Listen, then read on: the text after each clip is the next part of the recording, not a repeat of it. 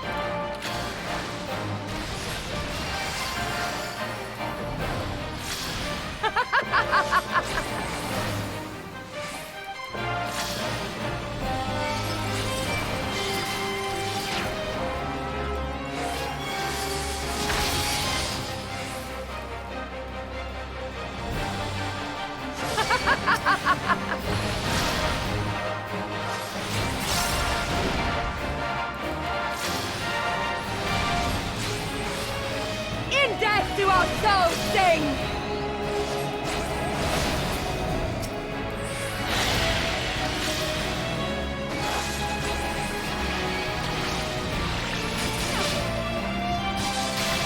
In death do our souls sing!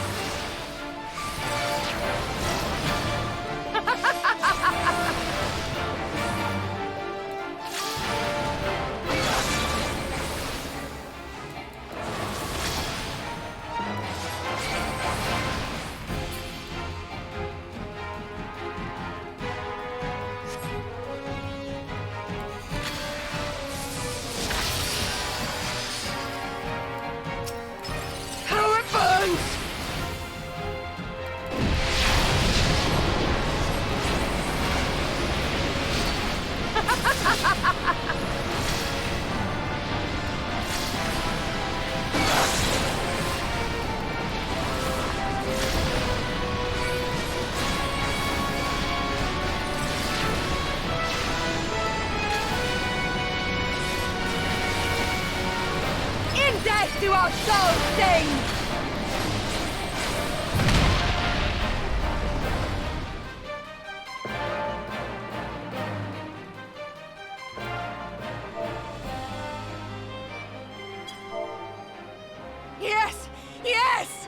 Not since the Nardum has my soul burned so!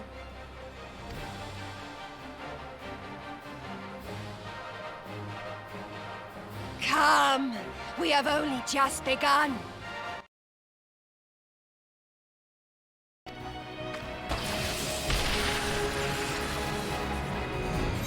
Enough!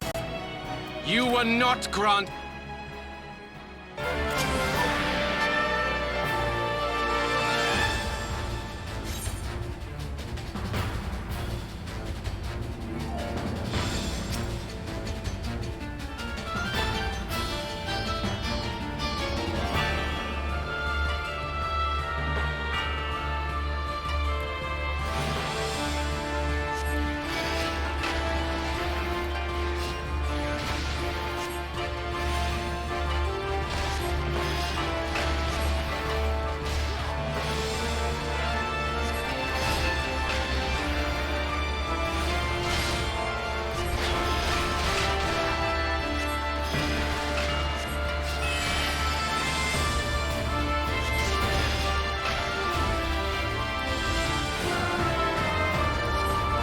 Down before me!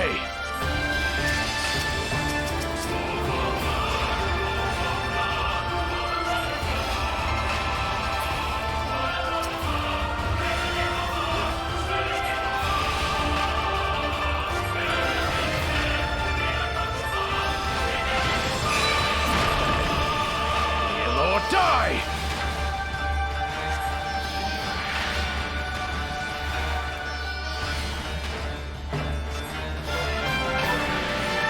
Mark well and learn!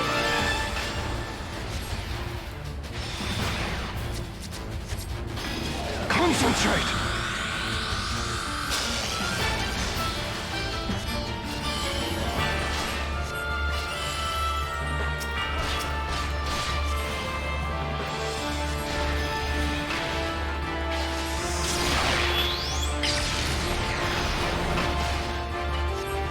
Kneel or die!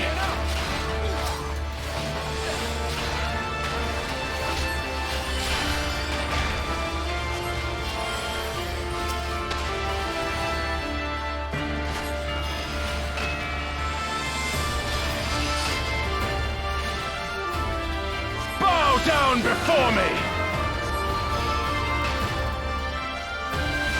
Mark well and learn!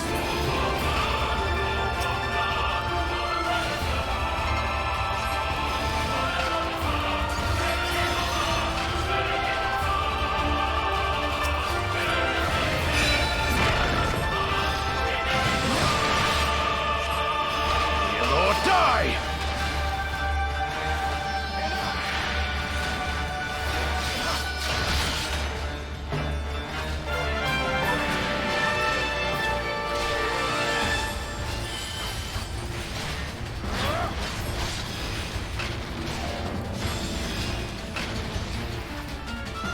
Down before me!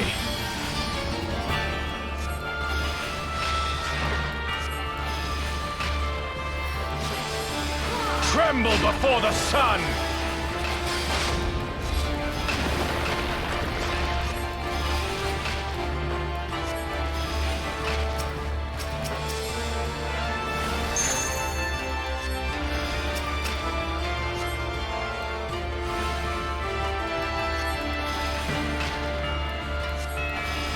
Let us be about it!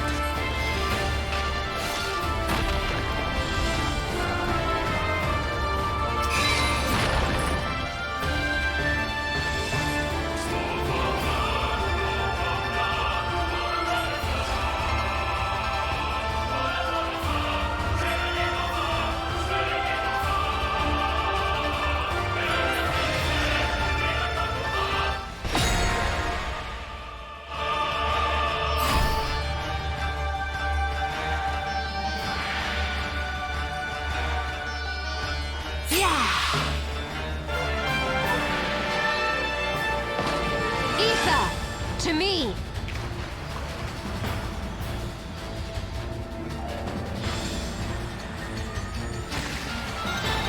Have at you!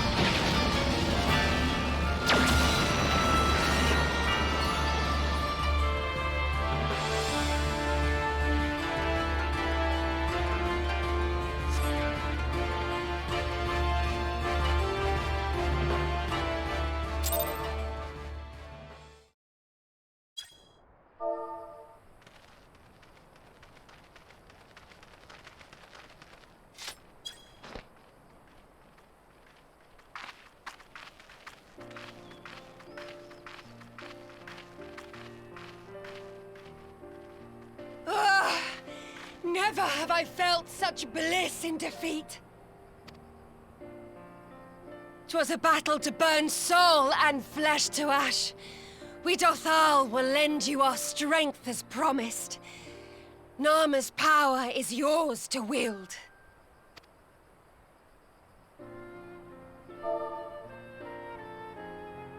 What does the sun say to that?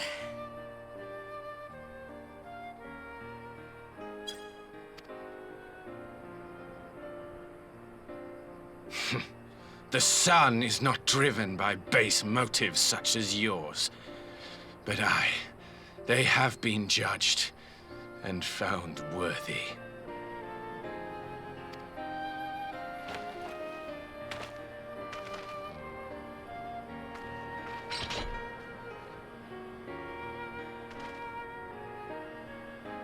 It is the way of the Oranir to accord recognition and respect to the strong. You have made sufficient proof of your strength. The sun shall answer your call. You have our thanks. We are glad to call you allies.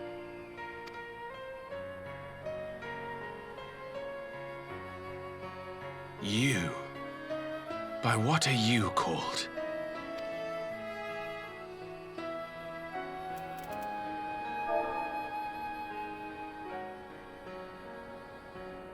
You stole her. Why?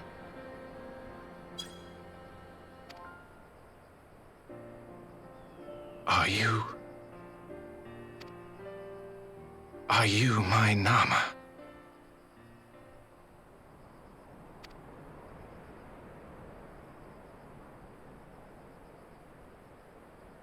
I beg your pardon? In battle, you shone with all the majesty of the full moon's light. Your healing touch, the embodiment of the Dusk Mother's love.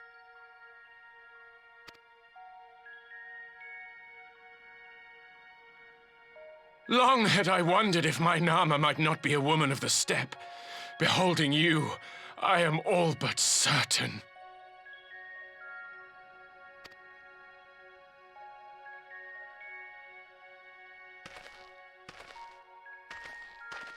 Now, look into my eyes. Could it be? Could you be?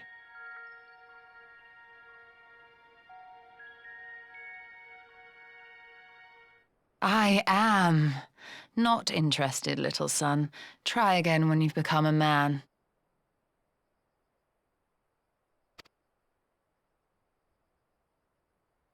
Little?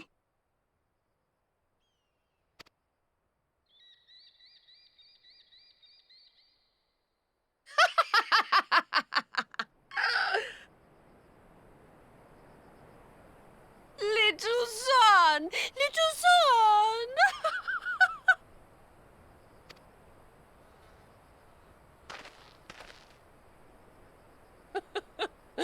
Does it pain you, little son? Crave you salve to soothe the ache? Fire to sear the wound in your heart?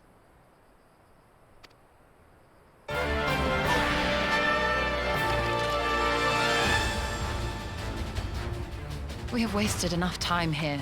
Siren awaits for word of our success.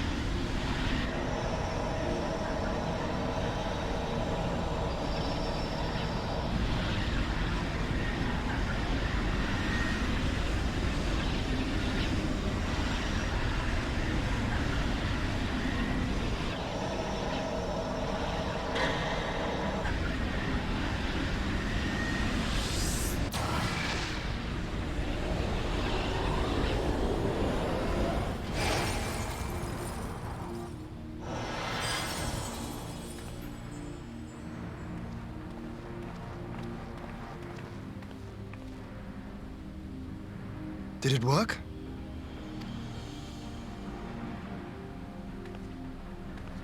It did. Ether may flow freely to the burn once more.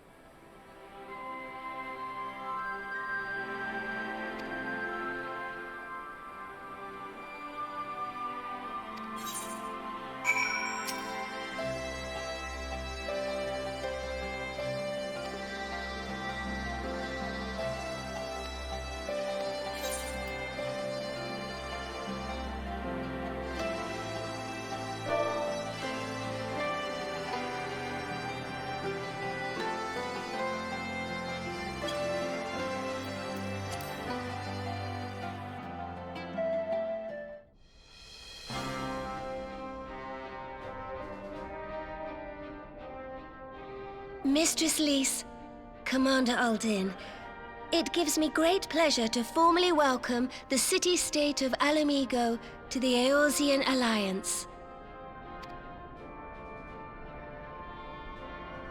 The pleasure is ours, Your Grace. I know I speak for all Alamegans when I say that we are glad of this chance to stand with our comrades of the Alliance. And we, for our part, are glad indeed to be able to welcome friends both old and new.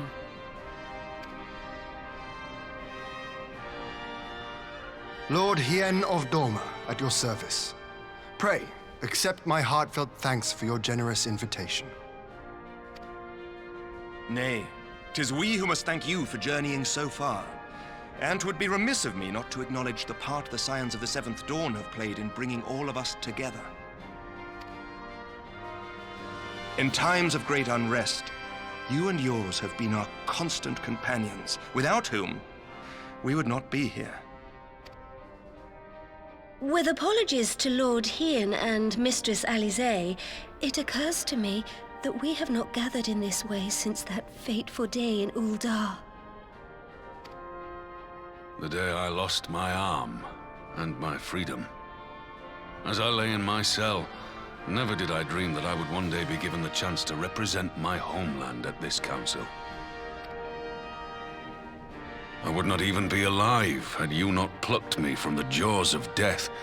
You, Yugiri, and Alphino. Would that the lad could be with us.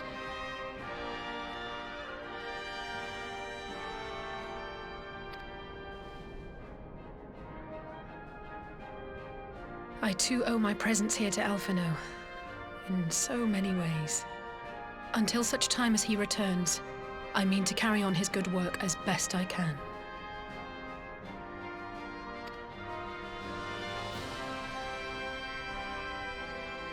Come, friends, let us leave the past in the past and turn our eyes to the future. My Lord Hien, pray, tell us how things stand in the East.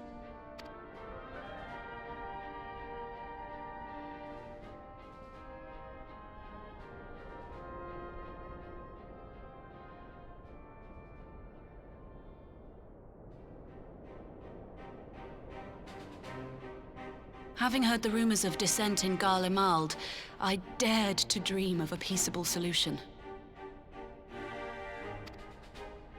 The Empire will not so easily change its ways. If the Garleans have a mind to take back Doma and Alamigo, we'll be hard-pressed to stop them, even with the might of 6 nations. But while we lack the strength to fight the tide, a course may yet present itself, if we read the winds aright. The winds suggest but one course to me. One which leads from the sea unto the river and thence to the source of all our woes.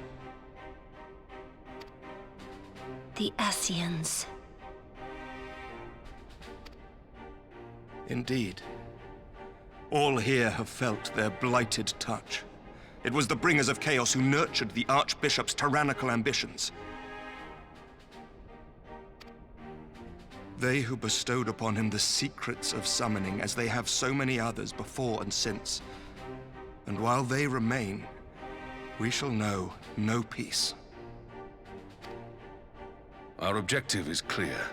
The question is how to achieve it. That our enemy parades about in Xenos' skin poses problems in itself, but ere we get to them, how are we to infiltrate the Empire and get close enough to strike?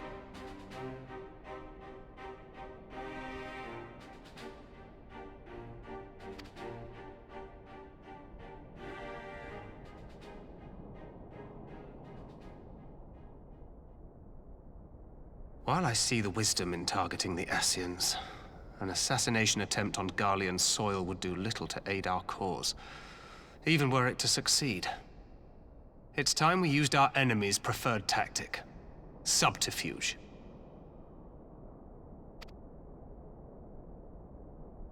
You have an idea? Speak your mind, Master Thancred. None here know the enemy better than the Scions, and you mayhap best of all. Whatever it is you propose, we will give it fair hearing. On that you have my word. Very well, Admiral. My proposal is thus. We dispatch the shinobi to Imperial territory. There, they sow the rumor that the Crown Prince perished in the battle for Alamigo, and that the man parading around is in fact a corpse inhabited by a servant of darkness.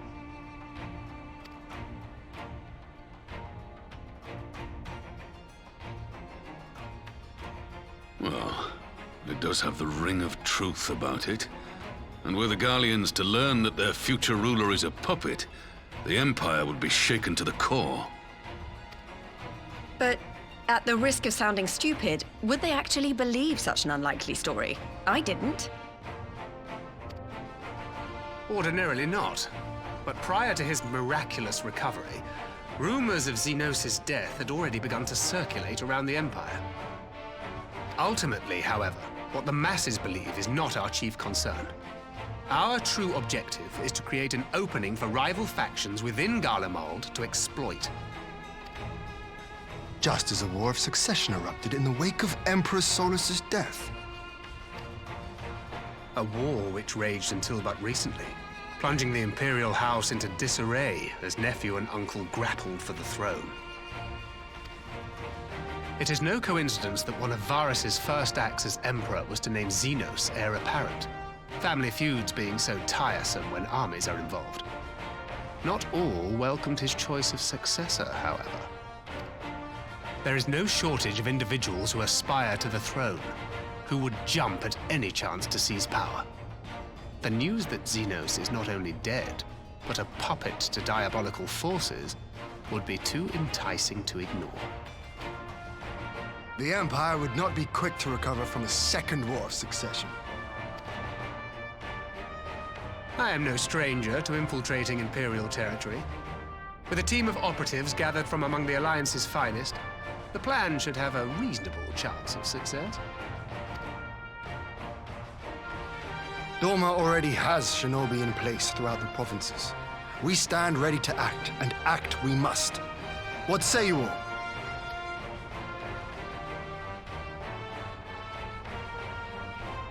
I'm for Master Thancred's proposal. We shine a light upon the Ascian and test the Empire's unity. 'Twas his plot that scuttled Doma's negotiations, was it not? Why then, if we can eliminate him, there may yet be a chance for peace. Let us wage this war of subterfuge, that we may one day lay down our arms. Gods know we never will while the Ascians remain.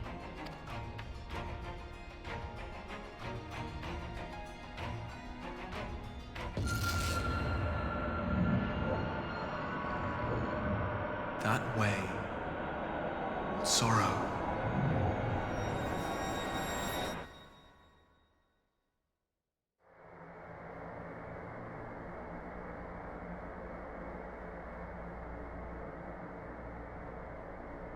History must be changed.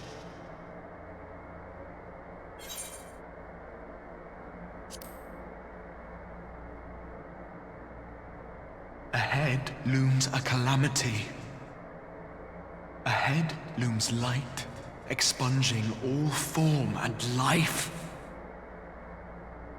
Twin dooms only you can forestall. Only you. What's the matter?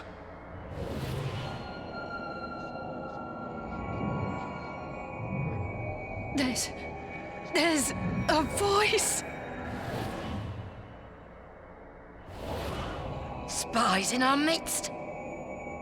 Nay, I sense no such presence. Let expanse contract, eon become instant. Throw wide the gates that we may pass.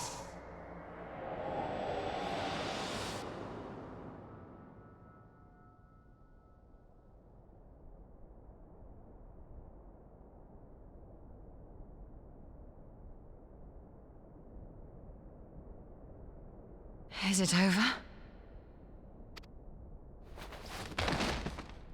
Master Thancred!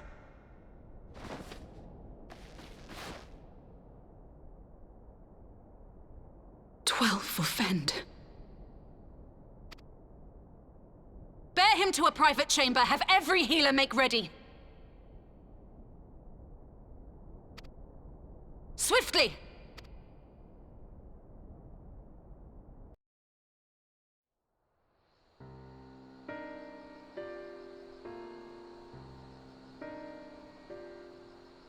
Master Thancred remains in slumber.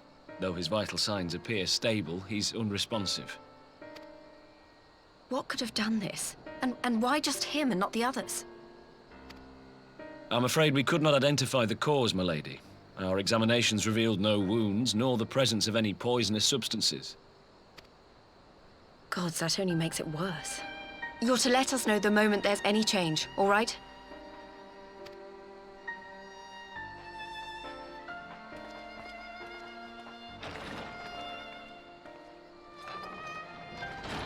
Thank you for coming. Knowing Thancred, he would apologize for being otherwise engaged at so crucial a juncture. In gifting us a course of action, Thancred sowed the seed of all that is to follow. We have but to nurture it as best we can. To him, I would say, rest easy, that he may wake to enjoy the fruits of our labors. Now, the matter of the mysterious voice must not be forgotten. Will you tell me exactly what happened? Alize and I heard a voice in the moments before Thancred collapsed. It was accompanied by a severe headache, as if something were clutching at our minds. Did you experience the same thing?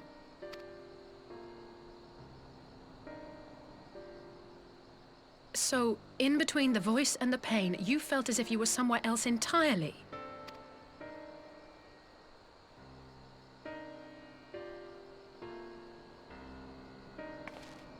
Your testimony confirms my suspicion. That which you experienced was, I believe, your soul being plucked from your flesh. Called.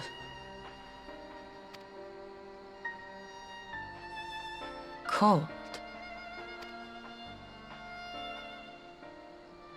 I myself examined Thancred. Reach out as I may, I could not sense in him the spark of life that is his soul.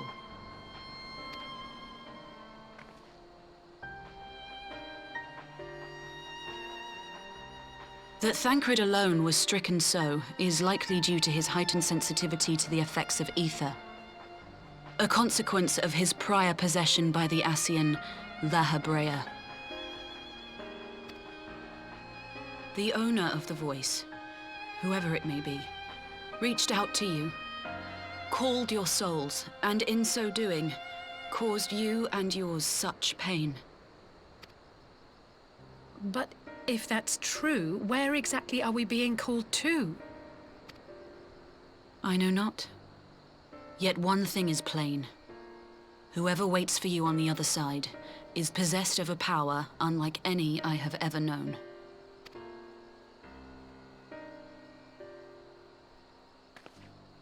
Forgive us, Lys, but may we leave Thancred in your care for a time? As if you had to ask. I may not be a scion anymore, but I'm no less a friend. Don't worry. I'll see to it that Thancred's well looked after. Just focus on solving this mystery, all right? Thank you, Lys. As the Elder Seedseer says, 'tis no ordinary individual we are dealing with. Nor can we discount the possibility of Ascian involvement. Whoever or whatever is behind this, the sooner we find out, the better.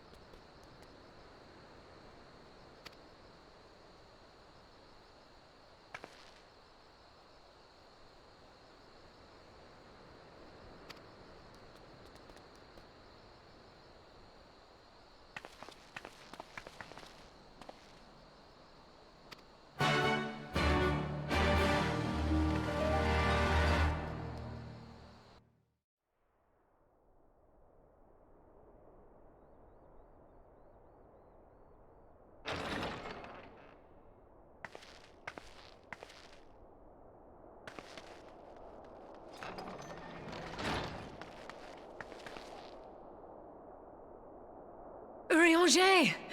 Gods, it's good to see you. Would that our meeting were under happier circumstances.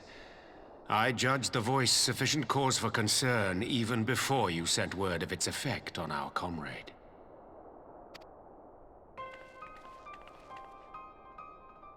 You heard it too, then?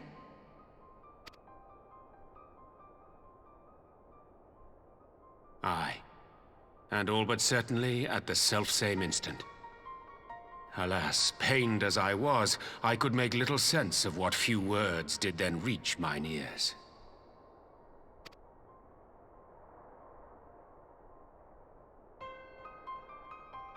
Who do you think is responsible? Could this be the Ascians doing? That I cannot say. Not when so little is known. Ere I indulge in speculation, I would examine Thancred with mine own eyes. To Alamigo, then, without further delay. One other thing. During my visit to the Far East, I observed a strange phenomenon. Thou referrest, I presume, to the localized reduction in etheric density. Well, that spares me the trouble of an explanation. Yes, I noted precisely that at two apparently unconnected locations. I take it the phenomenon is not limited to the Far East. Indeed not. Of late, our agents charged with surveilling the beast tribes have spoken of little else. In every corner of the realm, they tell of places in which the ether hath grown thin. Naturally, my suspicions first turned to primal activity, but the areas thus affected betray no evidence of summoning. I must confess to being quite perplexed. If the same phenomenon is being observed in multiple locations on opposite sides of the world, we may safely discount regional factors. Needless to say, this warrants further investigation. Indeed, I shall make it my task to...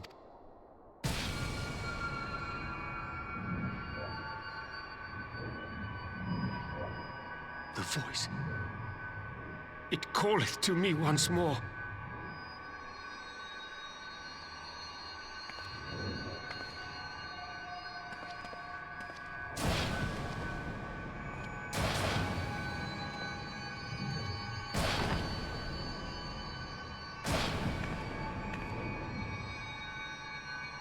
I hear it too.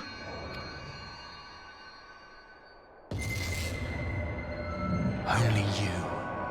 Only you. No! Ishtola! Orianger! Throw wide the gates.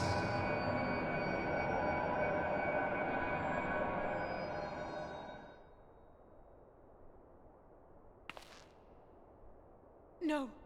No, this can't be happening!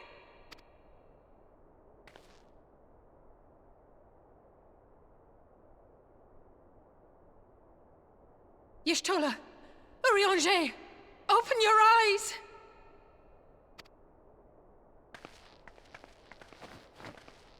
Open your eyes, I beg you! Say something! Anything! Not again. Please, not again.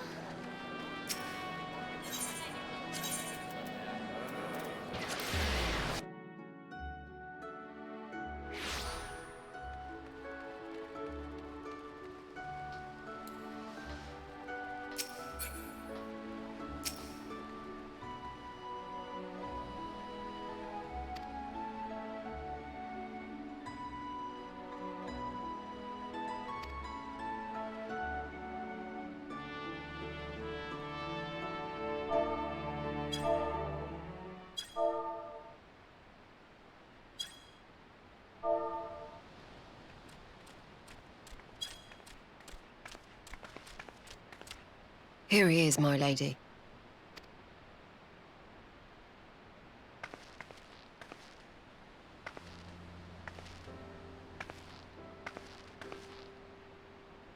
Gabu, it's been too long.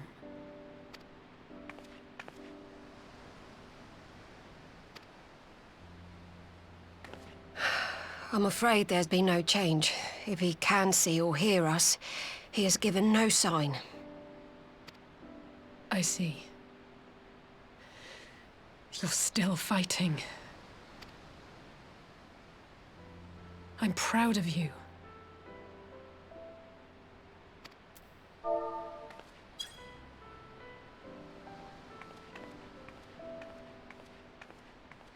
We promised that we would come and visit you together, didn't we? Alphino and I.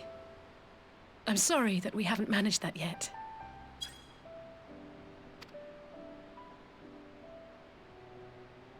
You know, with the three of us like this, does it not remind you of that night? Of the stars beyond count twinkling in the heavens? I was feeling pretty low back then. Powerless.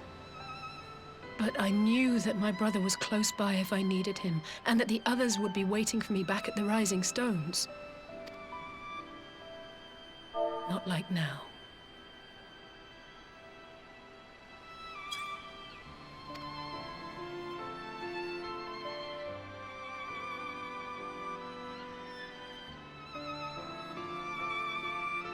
I've seen my share of trouble since coming to Eorzea. Been reminded again and again of my limitations, of how little I can change about this world. And I've come to know the sorrow of parting all too well.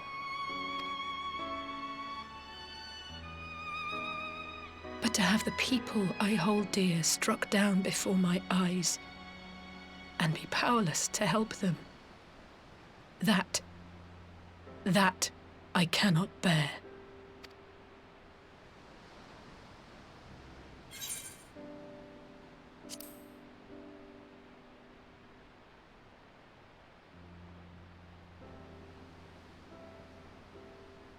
And for that, I am grateful. I don't know what I would do without you.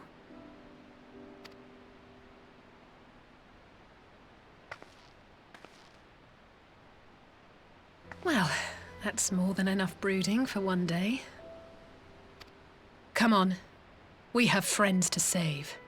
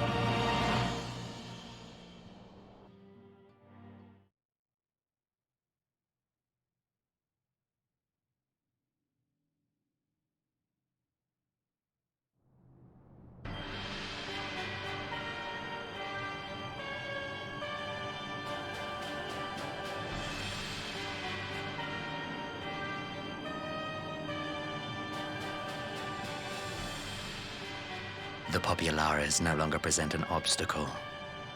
Now is the time to bring the Empire's might to bear. A word from your Radiance is all it takes.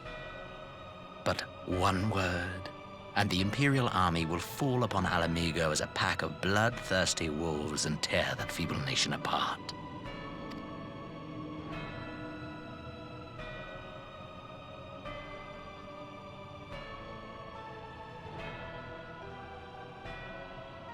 Have you no words for me? Despite the lengths I go to, an emissary playing the part of a fool.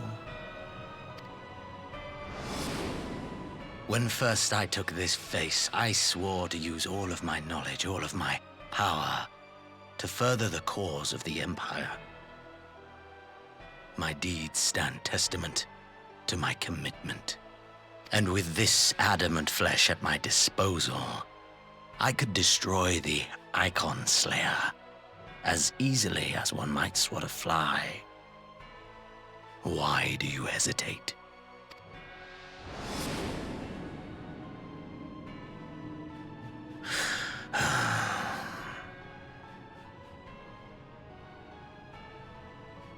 Our enemy is resourceful. Though victory is certain now, it will not remain so indefinitely. Deliberate if you must, but be quick about it. We'll speak again when you have unburdened yourself of doubt. Until then, I take my leave, Father.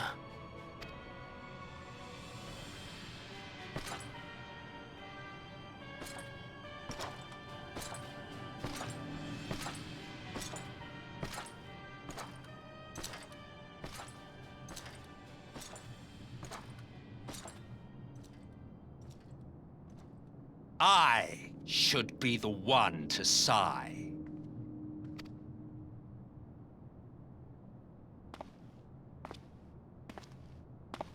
I played my part to perfection.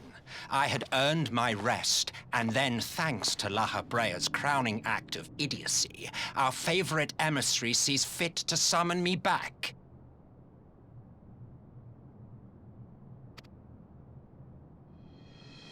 Elidibus was ever a warrior. A most tiresome trait, would you not agree?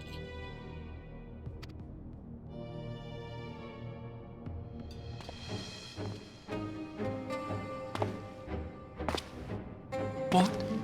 Have you no words for me either? No matter. I've long grown weary of this mummery. Now, my dearest grandson, let me remind you of your place in the simplest of terms.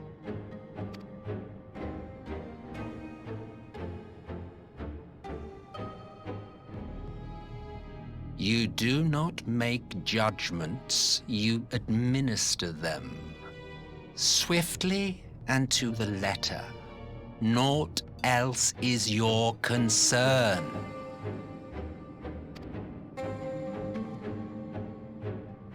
Elidibus may be an insufferable bore, but he is no fool. His choices as emissary seldom err.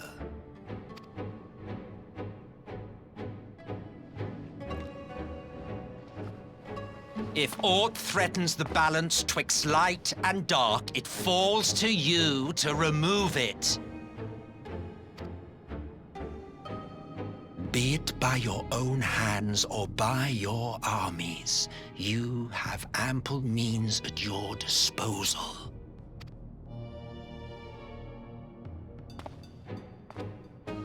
That is why this empire exists, why I built it.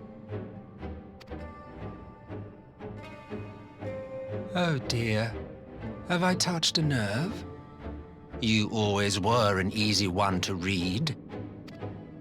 I pity you, I do. As they say, ignorance is bliss.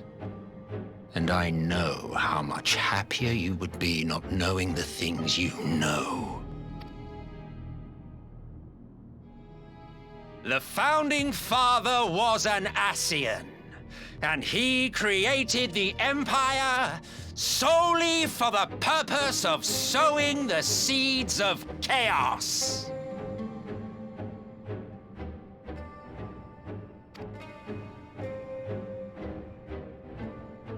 Don't take it personally. I merely do my duty.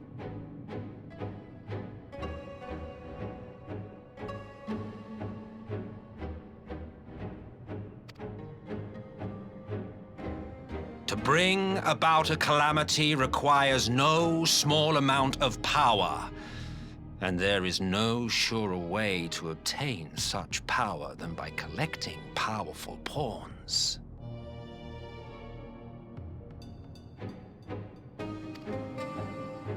To that end, I have labored long and hard, and I must say I am quite pleased with my handiwork, paltry though it seems in comparison to Alag.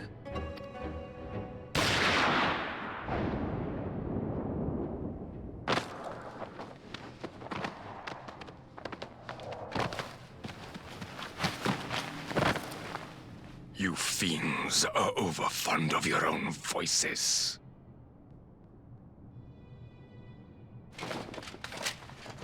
Mark me, Ascian. Man is the master of his own destiny.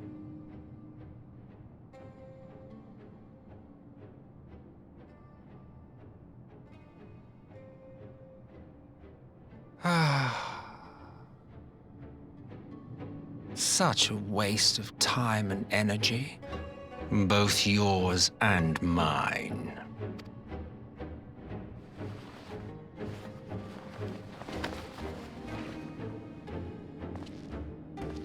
Lest you forget you are Emperor now. If you wish to spout drivel about man's destiny, save it for the masses. It will serve to give them a sense of purpose, and you pliant pieces for the game.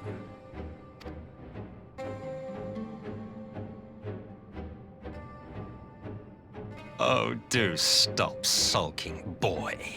You, of all people, should understand.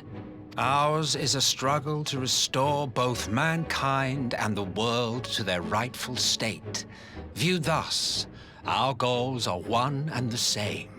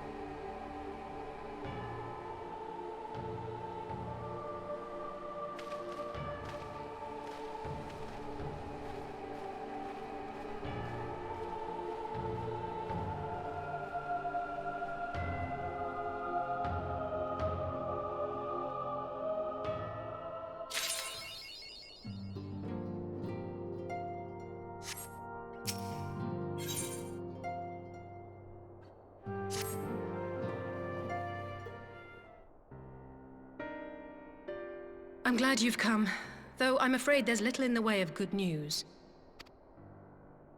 After you left, we reached out to both the Alchemists Guild and Stillglade Fane and attempted all manner of treatments. But the results were always the same. Whatever the answer is, it's not alchemy or conjury. Why did it have to be Y'shtola and Urianger and not me? Out of all of us, they are the ones who could feasibly have solved this puzzle. And Elfino's still missing. Gods, it's all going wrong. Where do we even start? A grave situation indeed. Might I be of some assistance?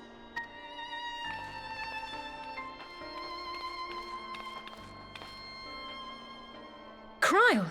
I did not think you well enough to travel. When word reached me of the plight of our friends, I could not well stay away. As a fellow scion, not to mention your erstwhile mentor, this is one of those times you should feel free to call on me, regardless of my personal circumstances. Yes, I should have thought of that. Thank you for coming, Kryle. We would welcome your insight. And I should be happy to provide it. Now, what's this I hear about Alphino heading into Imperial territory? That boy always did have some funny ideas. Do you remember the speech he gave when he was accepted to the Studium?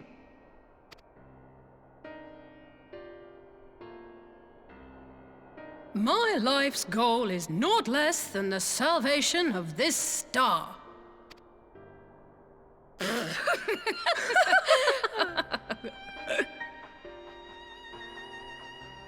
That particular grand pronouncement has been a source of great embarrassment to him, as you know. But the fact of the matter is, he meant every word and has lived his life accordingly. Yes, he remains altruistic to a fault. But I'm worried he was too fixated on his goals to see the dangers, as has happened before. You needn't be so concerned. Though his values remain the same, Alphino is not the blinkered boy he once was. Slowly but surely his eyes have been opened. Thanks to a certain someone. A certain someone whom he'd be mortified to learn had heard about his little speech. Mum's the word, eh?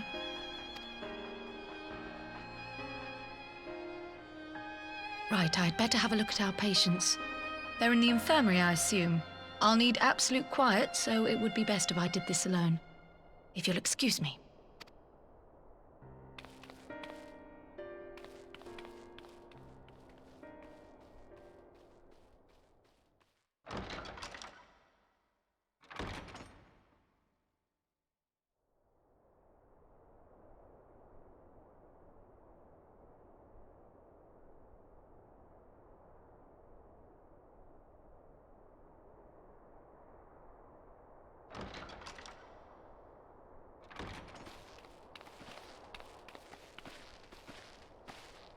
All three are in fine physical health. At a glance, I would say they were merely sound asleep. Except for the fact that I couldn't sense the slightest trace of them in their bodies. It's as if their souls have taken leave of their physical forms. Ah, yes. The Elder Seedseer made a similar observation. I've read the report. When you heard this mysterious voice, you described feeling as if you were somewhere else, yes? If we assume the ether which comprises your essence is being drawn to some other place, then it may be possible to follow the trail it leaves behind, just as we did in our search for Thancred.